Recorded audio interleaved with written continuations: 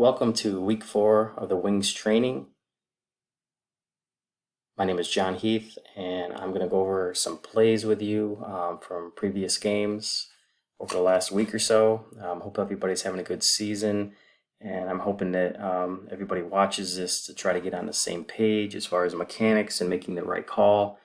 And as always, I'm open to suggestions and comments, and I'll have my contact information at the end. So let's get right to it. So on this play, I want everybody the Wings, I want them to get into the habit of using their downfield foot and their downfield hand when coming up with a dead ball signal. So here we have the runner. He's actually heading downfield, and we want the downfield hand and the downfield foot when you're making your spots. It looks good. Or not only does it look good, but it actually helps the umpire with the spot as well. So if you're using your left hand and your left foot when you're going to the right, it might get a little confusing for the umpire. He might actually put it on your right foot. So just always use the downfield foot and your downfield hand whenever you're marking off the spot. Okay, play number 2, we have a reception and the ball is coming to the sideline. Now in this situation, we don't really need to sidestep. We need to kind of wait and let the play go by. And then being that the play is so close, the ball carrier is so close to the wing, we can just go ahead and walk up to the spot. There's no need to shuffle or hop or anything like that. Just come up, give the dead ball signal, and then we can get the ball down and get going. So on this play, we actually have a fumble by A. And if you watch the wing here, when he runs in, the ball is recovered by A, but it looks like he's pointing. It almost looks like he's pointing like the ball was turned over instead of being a loose ball. But the more I look at it, see here it looks like he's pointing, but the more I look at it, he's actually giving the dead ball signal. So when we give our dead ball signal, we actually want to have our arm almost straight up in the air. We don't want to have any bend to it. Maybe a little bit of bend is fine, but we want to have it almost straight up and down. Like I said here, it looks like he's pointing that there was a turnover and the ball's the other way. Another observation on this play is, being that the ball was recovered so quickly by A, there's really no need for the line judge to come running up in here like this. You know, you could jog, you could get your spot. It was a pretty clear recovery by A, so there's really no need to come running up in there. So just work on staying back, maybe just walk up in area, not really walk, but jog up in there, give your dead ball signal. Just let everybody know that the play is dead, and then we can move on. All right, so on this play, I want to talk a little bit more about flag mechanics. We're going to have an encroachment by the defense. And remember, when there's a dead ball penalty at the snap, we want to throw our flag to the side of the offending team. We also want to do it if we have a live ball penalty. Say if we have an illegal formation on the offense, we want to make sure that we throw our flag to the offensive side. But like in this case, we have a dead ball penalty on a defense. The upper wing actually throws his flag to the correct side, but the line judge throws his flag to the offensive side. Now this looks like it was going to be on the offense. So go ahead and just remember to throw your flag on whichever team, the offending team, whichever team had the foul occur. Go ahead and throw your flag on that side. Then it shows that, if you have one wing running in thinking it's a false start while the other one's running in thinking that it's encroachment, you can see where your flags are going. So if you both have your flag on the same side, it's a pretty good chance that it's going to be on the same team. So you're going to have encroachment. Now, if you have one going to one side, one going to the other, being that you're not sure which side it's on, this is where the wings would come together and talk or get on a radio or just kind of give a little preliminary signal like, hey, I got an encroachment or I got a false start. So it's a good way to communicate between you two, and it starts off right off the bat with throwing your flag on the correct side. All right, so in this play, we're going to talk about goal line mechanics and non-goal line mechanics. So in this case, the ball is about the 11 or 12 yard line. So we are not in goal line mechanics. Goal line mechanics in 6 and 7 man would actually start at the 7 yard line. But being we're outside the 10 at about the 12, 11, or 12 yard line, we are not in goal line mechanics. So when the ball approaches the goal line here, the wings are going to have up to the 2 yard line, and then the deeps are going to have from the 2 yard line to the goal line. So basically, if the ball becomes dead at the 2-yard line, let the deeps get it. The wings will have anything up to there. What we want to keep from happening is having the wing and the deep come running in.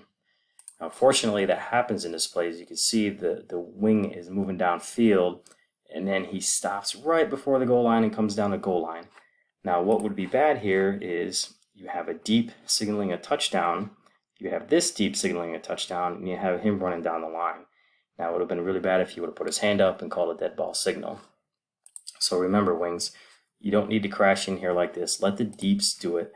What you can do is either stop before you get to the 2-yard line or run behind the deep. You can come over in here and you can get a better view of what's going on in the pile, because the deeps are going to be crashing in on a play on the goal line just to make sure that they have the ball that crossed the goal line. So we definitely don't want this to happen. So make sure, wings, that we stop at the 2 or you go around behind the deep.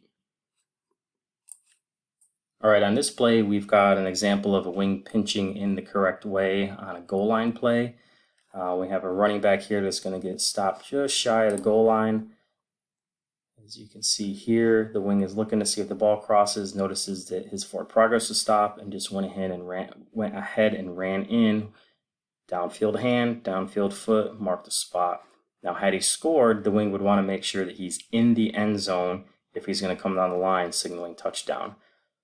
So dead ball signal, downfield hand, downfield foot, in the field of play if he stops short of the goal line, or you can come down inside the goal line in the end zone and give the touchdown signal. Now here's a mechanic for the wings. When you have a running play coming to your side and there's no pass that's going to be involved, you're going to go ahead and you're going to back out of the way and let the runner go by, and then you can simply walk up and mark the play dead. Now, headline judge, you can do this on every play that comes to your side. You want to back up, give them ground, and then you can foul. Line judge, you want to make sure it's not going to be a pass because you are holding the line on a pass. So if this happened to be a pass play, we would want to make sure that the line judge would hold his ground. If the sideline starts to get threatened, the line judge can actually back up a little bit, and we'll show some of that later on another play. So this play is going to be the proper mechanic for calling a timeout when a snap is imminent. And by imminent, it means the linemen are down in their stance and the quarterback is in his cadence. So in this play here, we have the linemen get down in their stance and the quarterback starts his cadence and the coach calls a timeout. So make sure that when you call a timeout, you run to the backfield using the stop the clock signal, and then you point in the direction of the team that called a timeout. This makes it easy so the referee can see you and know that, if they happen to snap the ball, it's dead. We're running in there, we're blowing our whistle hard and making sure everybody knows that it was a timeout that was called by the coach. Now, if we have a timeout where everybody's just kind of standing around and the snap isn't imminent, you could stay over here on the sideline and you could call your timeout over here and just kind of walk out. You don't really have to run out here if you got a timeout where there's no snap that's about to take place. Say the 40-second clock is running down to almost 0 and everybody's just kind of standing there, where the coach wants it to run down, you could stay on the sideline, call your timeout, and just kind of walk out a little bit. All right, so this play, we're going to have a forward progress that's going to be stopped in bounds. There's not going to be any wind of the clock. The line to gain wasn't met, so we're not going to be stopping the clock. We're just going to be putting the dead ball signal up, again, with our downfield hand, and blow our whistle on this play. So we have the pass, we have the forward progress was stopped, and the runner ball carrier was pushed backwards out of bounds, so this is still a live ball since his forward progress was stopped in bounds. So the wing will simply come up with his hand in the air and blow his whistle and spot the ball. So here we have field goal mechanics. Each wing is going to be punching back these guys that are back here behind the line, and they're going to be counting 4 in the backfield. Now remember, on a field goal, it's a live ball, so the ball doesn't become dead until it goes out of bounds or crosses the goal line. If it becomes short of the goal line, it can be recovered by the receiving team or by the defense. If it is blocked behind the line of scrimmage, it can be advanced by K or R. But if K comes up with the ball behind the line of scrimmage, they can advance it. Now, if the ball is kicked and it crosses the line of scrimmage and it is touched by R, then K can recover, but they cannot advance. So on a field goal, rule of thumb is the ball's not going to become dead on a kick that travels into the end zone until it crosses the goal line. So the wings don't want to come out until the ball actually crosses the goal line. And what we typically do is we listen for the whistle. A good crew will talk about this pregame of when the deep is going to blow the whistle. Now, some of them blow it at the goal line, some of them blow it when it gets close to the crossbar or beyond the crossbar. But that's a good rule of thumb, is to talk to them in pregame, and then when the ball crosses that goal line, you'll know when it became dead because you will hear that whistle, and you won't have to be looking downfield because your focus wants to be in here where the blockers are. You want to make sure there's not a low block on the outside. You want to make sure there's no extracurriculars going on in here after the ball's kicked. And if this were to be an extra point, it would be as soon as the ball's kicked, then you run in there. We don't want to go in there as soon as the ball snapped, as soon as the holder gets the ball. We want to wait and make sure that it's kicked, because the holder might botch the snap and then he might roll out and you're out in the middle of the field and you're stuck and you got a guy trying to run around you. So just make sure on field goals, listen for the whistle. On extra points, wait until the ball is kicked. All right, on this play, we've got a false start by the tackle. The line judge actually throws his flag first and runs out and calls a penalty. But what we need to do is let the headline judge call this penalty. Not saying that the line judge shouldn't throw his flag, but let the headline judge call it since it's his key and he's actually looking right at him. So here you see that he moved and the line judge came out first, but let's make sure, give a second or two and let the headline judge come out and make this call, and then you, if you want, you can throw your flag as well.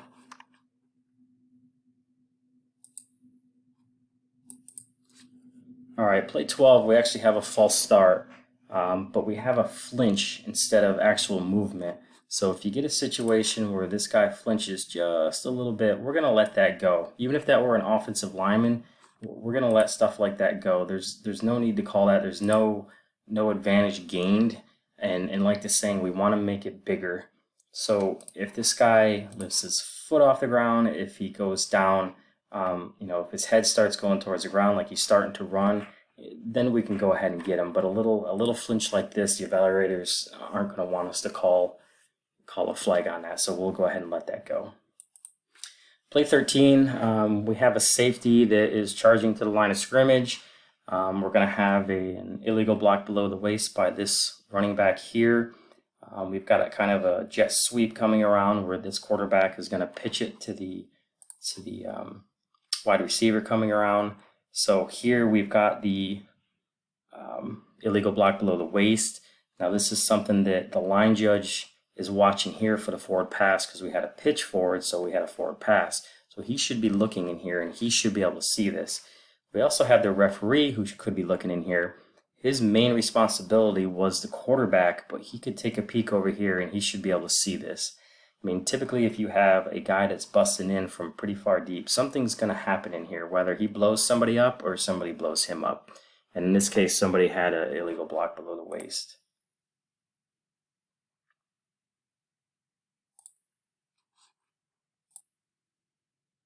So now I want to talk about ineligible downfield.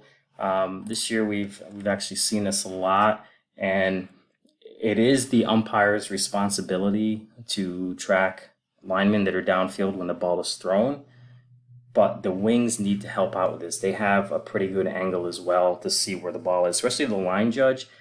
You're the one that's going to rule on a forward pass if it's legally behind the line of scrimmage. So you're going to know when the actual ball is thrown. And remember, it's not when the ball crosses the line of scrimmage to have an eligible downfield. It's actually when the ball is thrown. So there's a big difference, because some of these linemen are fast enough. They could get an extra 3 yards down the field before the ball gets to the line of scrimmage.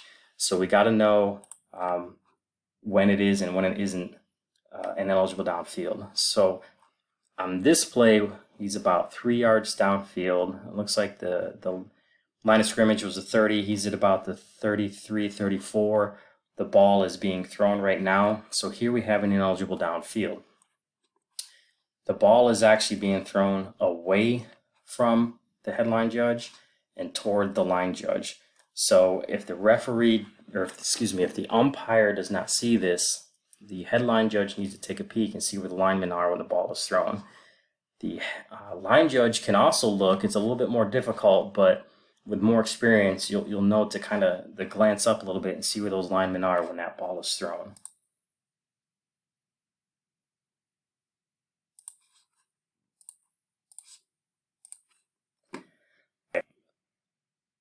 So here is a screenplay where the ball crosses the line of scrimmage. Go ahead and back it up here a little bit. So the line of scrimmage is about the 29, and we're going to have linemen that are going to go downfield, and we're going to have a running back that are going to get right behind them. So if this play were to happen exactly where they're all standing right now, it would have been fine because the ball would have been behind the line of scrimmage. But in this case, the lineman here is downfield right now when the ball is being thrown, and the guy that's actually going to catch the ball is right here. So he's a good 3 or 4 yards down the field, and the receiver is right behind him. So we should at least have a flag for ineligible downfield. This umpire right here is looking right at it, and you also have a wing right here that should be looking up once the ball is thrown, because he's about to have a runner that he's going to have to watch.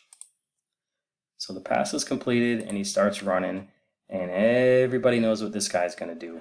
He's running with a brick in his hand the opposite way, and he's got a defender that's looking the other way. So as the line judge is looking at this runner, he's got to look around him too for any kind of illegal blocks. We're also going to have a deep that should see these guys up here, especially since this is a deep's key. He should see this guy coming back to take out this defender. Boom, right there. So if we go back to that, when it happens, you can see the line judge is actually looking right here. He should be looking in this whole area. Nobody's about to tackle him, so we don't have to worry about a face mask or anything like that yet. So go ahead and expand your vision. We call it the cone of coverage. Look around, see what's going on, and all you have to do is take a little glance right here, and you'll see that there's an illegal block. And again, the deep should be seeing this as well. Unfortunately, we didn't have a flag on this play, and they did end up scoring.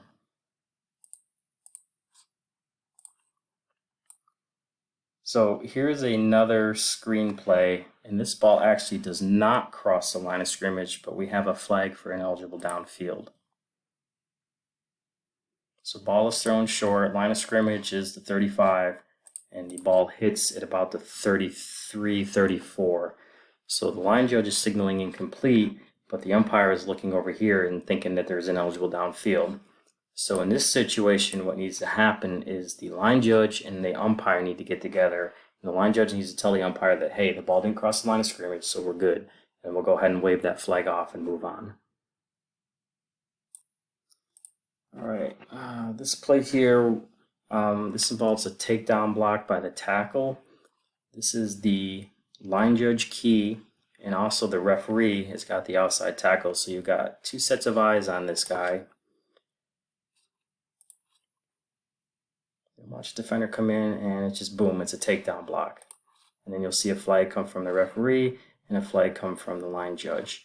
Now what we don't see here is actually the line judge will move his flag up to the same position as the referee. So anytime that two or more officials call the same penalty, we should have all their flags on the same yard line. That way we know that we're going to mark it off.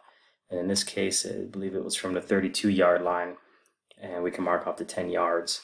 We don't want to have a situation where it looks like one is farther back than the other and we're not marking it off in the right place. So just remember to put your flags on the same yard line, and then you can mark off the penalty.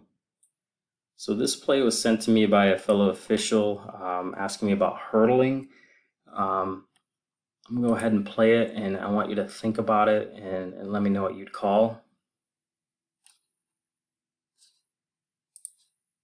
Here.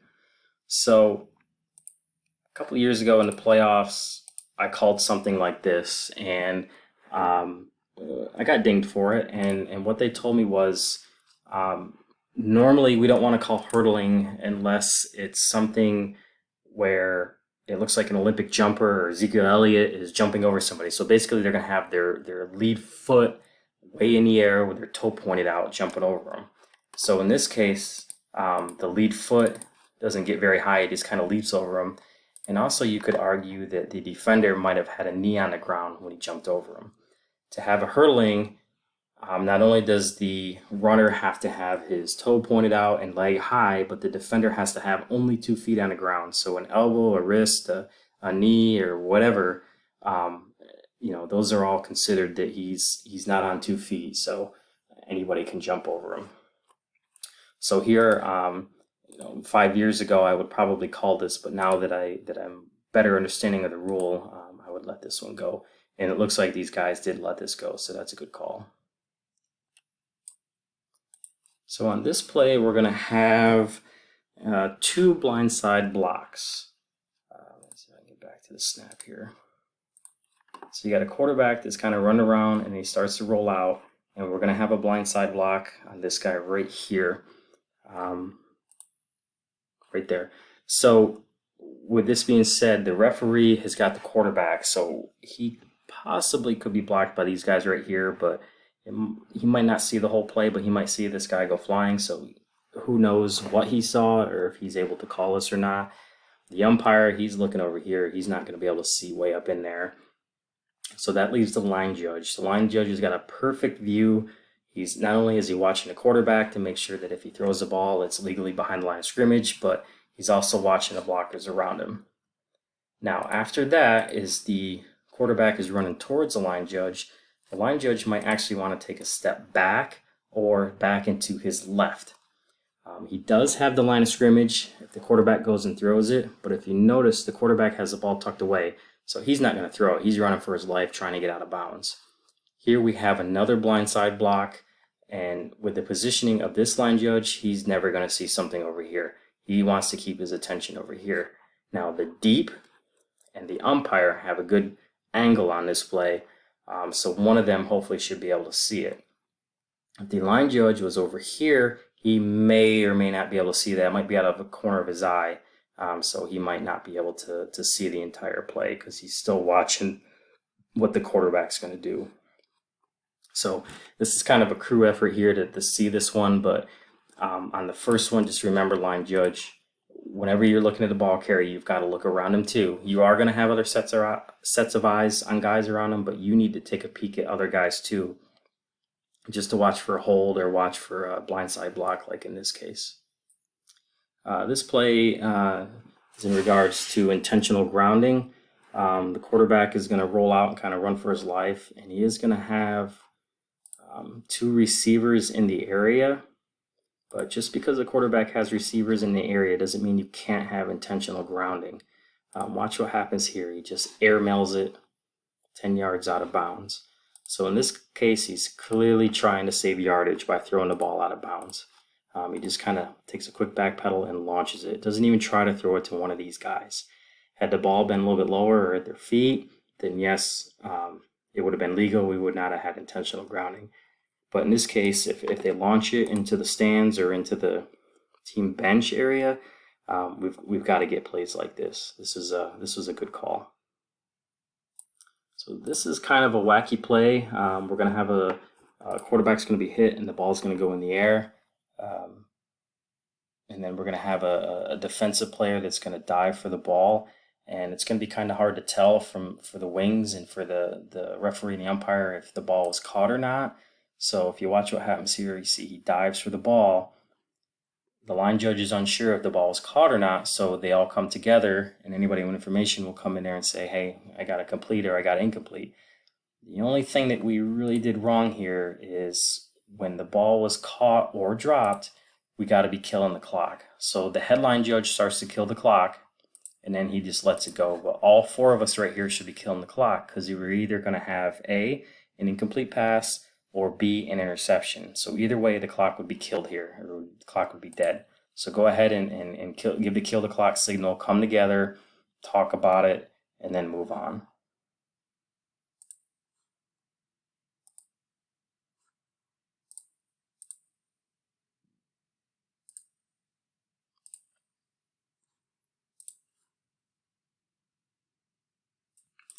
So in this play, we're going to have a little bit of preventive officiating. This back here is considered a no man's land. He's behind the line of scrimmage, but his head is breaking the tackles behind. So anytime you have a running back or a receiver that is near the tackle, he can either be behind him or just off to the side. He needs to either be up on the line or he needs to be, they usually say about a yard behind the tackle. We just want to make sure that his head doesn't break anywhere on the tackle's backside. So here he's considered a no man's land and we would have an illegal formation. It doesn't matter that if he would be the fourth guy in the backfield, this would still be an illegal formation because he's considered in no man's land. So this would be preventative officiating. We would just make sure that we talk to the coach after this play. I believe this was like the second or third play of the game. So talk to the coach, let him know, hey, you gotta get that guy back. He can't be up to, that close to the line. He's either got to be on or he's got to be off. He can't be in between. All right, so last and certainly not least, we're going to have a play on the sideline where the runner is going to step out of bounds. As you can see right about here, he's stepping out of bounds at the 40-yard line, and then we're going to give him a 5 extra yards where he's pushed out of bounds again. So wings, when you're coming up the line, you want to make sure that you're looking at their feet and making sure that there's no green grass between the sideline and where their toe is. So in this case, you can see that he steps out of bounds. So let's go ahead and give the dead ball signal here. If the line to gain is made, you can stop the clock. But had this been the goal line, it would have been a cheap touchdown here. So let's make sure that we see that play on the sideline and get the proper spot. So that's going to do it for this week's review. I hope everybody that has watched this has gained some valuable information from it. As always, I'm always here to help. Call, text, email, anything you got to do. I've got my email right here if you want to shoot me an email with any questions or comments. Or if you have a play that you want added to the Wings training next week, or if you have a question about a play, I'm more than happy to help to add it, to answer any questions. Because in the end, we all want to be on the same page, and we all want to do our best and work together and just keep on making this the best association in the state of Georgia. So with that being said, good luck this week. Have fun, be safe, and take care.